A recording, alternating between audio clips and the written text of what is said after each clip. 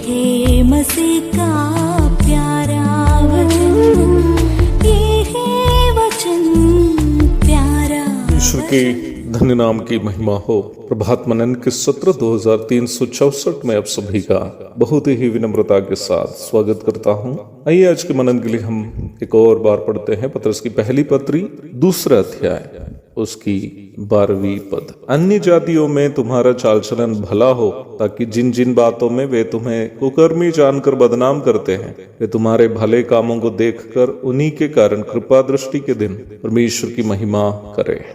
अविश्वासी एवं अन्य लोगों के साथ हम मसीहियों के व्यवहार के बारे में हम कल मनन किए थे।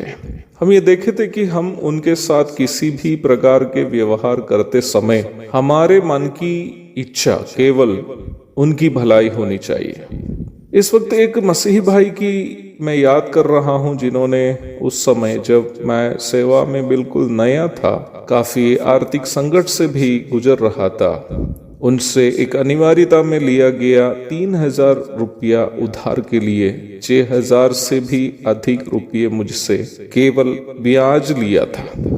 प्रभु उसका भला करे कहते हुए मैं उस विषय को यहाँ छोड़ रहा हूँ। हम विश्वासी किसी की मजबूरी को अपनी फायदा के लिए उपयोग करने वाला नहीं होना चाहिए, बल्कि किसी की मदद करने के लिए मिलने वाले मौका को एक सौभाग्यता समझने वाले हमें होना चाहिए। अवश्य ध्यान दे प्यारो, इस संसार के लोग भी किसी की मदद करनी एक पुण्य का काम समझते हैं। ऐसे में हम मसीही किसी की मजबूरी से फायदा उठाने की कोशिश करें तो हम तो अविश्वासियों से भी नीच स्तर के हो जाएंगे ना।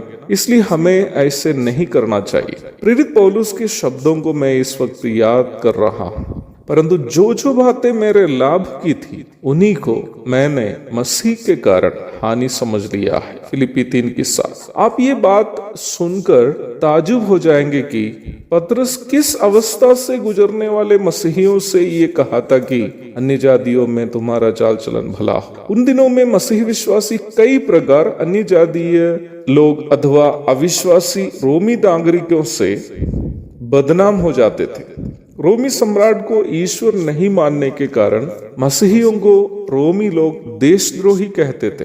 विश्वासी लोग प्रभु भोज में जो भाग लेते थे उसका गलत अर्थ फैलाकर उन्हें उन दिनों में मनुष्य मांस खाने वाले कहकर बदनाम करते थे। विश्वासियों के आपस के गहरा प्रेम का गलत मतलब निकालकर उन्हें व्यभिचारी कहकर भी बदनाम करते थे। इस प्रकार उन्हें बदनाम करने वाले अन्य जातीय लोगों से व्यवहार करते समय उनकी भलाई चाहते हुए उनके साथ व्यवहार करने के लिए पतरस यहाँ विश्वासियों से आग्रह कर रहा है। मैं मजाक में आपसे एक बात बोलूं तो आप मुझसे नाराज तो नहीं होंगे ना। मैं इन सब बातें कहते वक्त प्रभात मनन आगे नहीं सुनने का आपको मन कर रहे होंगे ना। सच्चाई यह है कि जब हम वचन की गहराई की ओर उतरते हैं हमें यह अवश्य पता चल जाएगा कि बाइबल सिखाने वाला पवित्र जीवन और नैतिकता का स्तर कितना ऊंचा है और मेरी और आपकी नैतिक स्तर कितना नीचा है। मैं मुझको भी जोड़कर ही ये सब बात कह रहा हूँ। हमें यह बात स्वीकार करना ही पड़ेगा कि मेरा और आपका नैतिक स्तर बहुत ही गिरा हुआ है। इसलिए तो प्रेरित पौलुस भी चिल्ला रहा था कि मैं कैसा अभागा मनुष्य हूँ, how wretched man that I am। रोमी 7:24। पतरस विश्वासियों से यह कह रहा है कि उन अन्य जातीय लोगों के बीच जो तुम्हें कुकर्मी जानकर बदनाम करते हैं वे तुम्हारे भले कामों को देखकर उन्हीं के कारण कृपा दृष्टि के दिन परमेश्वर की महिमा करे। अर्थात परमेश्वर उन अन्य जाति लोगों के जीवन में जब कार्य करेंगे वो उन्हें उद्धार की और अगुवाई करते समय भी हो सकता है या उनका न्याय करते समय भी हो सकता है। यह बात याद करके कि बदनाम करते समय भी मसीहियों ने कैसा अच्छा व्यवहार अपने साथ किए थे, परमेश्वर की महिमा करने पाएंगे वे लोग।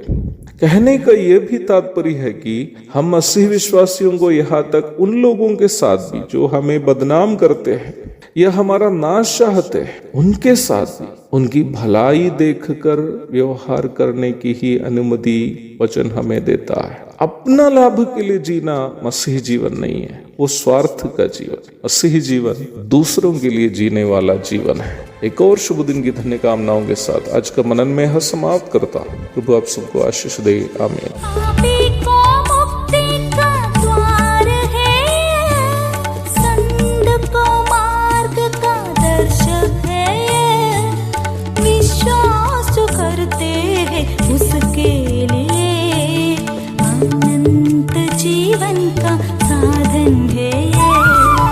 ये है वचन, प्यारा वचन, यीशु मसीह का प्यारा वचन, ये है वचन।